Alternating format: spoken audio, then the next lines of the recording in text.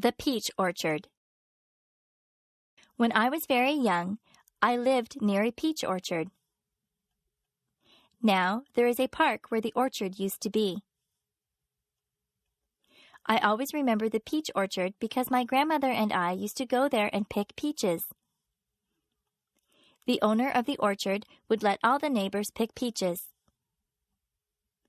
It's not the fact that I used to get many ripe, tasty peaches that I remember. It's the time that I used to spend with my grandmother that I remember. My grandmother was very old, but she was very healthy. She used to walk a lot. I think that is what kept her fit. She had a lot of energy, so she liked to go to a lot of places. She would get a fruit basket, and then she would ask me if I wanted to go to the orchard. I always said yes because I enjoyed walking through the orchard on a sunny day. We never climbed up on a ladder to reach the peaches. We just reached for the low-hanging fruit. My grandmother and I used to talk all the time that we were out there. It was nice to spend time with her. She told me many stories about when she was a young girl. We laughed and got to know each other better. My grandmother only visited us during the summer.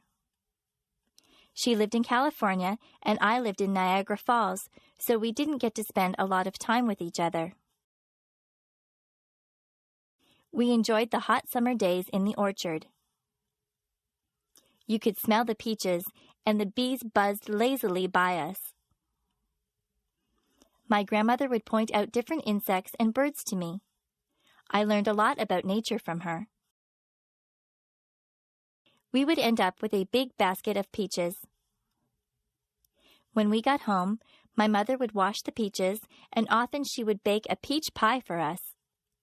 Nobody bakes a peach pie like my mother. It's good to have memories like that. Childhood memories of time spent with my grandmother are very precious to me. Sometimes it's just the simple things that you do in life that leave you with the nicest memories.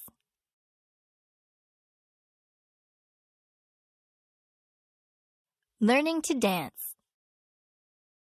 I went to England with my mother.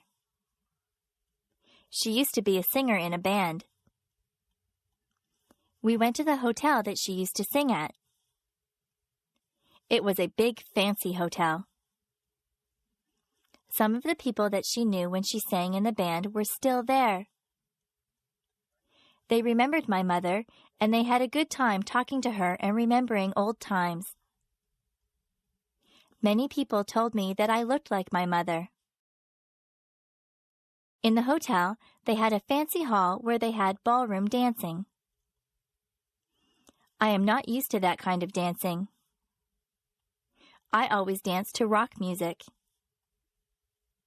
A man told me that he would teach me how to dance. It looked very easy. I held one of his hands and put my other hand on his shoulder.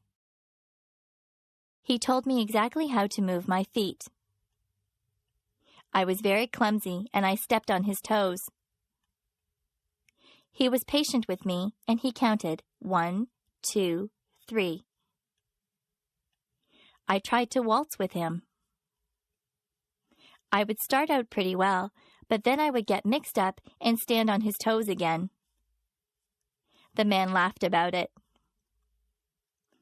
I told him that I wasn't a very good dancer, but he said that I was good for a beginner. I think he was just being polite. The man asked my mother to dance. My mother is a very good dancer. I didn't know that about her. She never stepped on the man's toes once.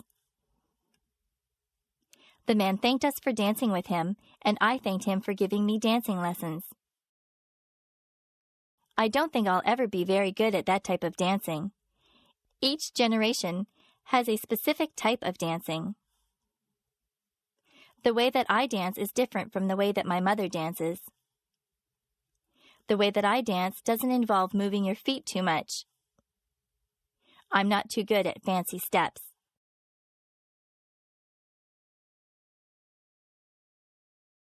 Superheroes. When my brother was very young, he loved superheroes. He collected plastic figures of all the superheroes. I think he had every superhero figurine that there was. He used to tie a towel over his shoulders and run through the backyard. He pretended that he was rescuing people. One time he stood on the roof. He really thought that he could fly with his superhero cape on. He would have hurt himself if he had jumped. My dad saw him and told him to get down.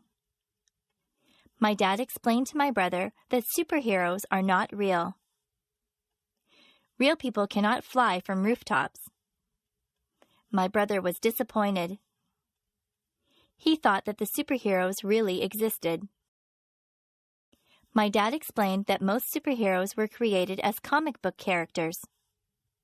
Somebody used their imagination to make them up, and then an artist drew them.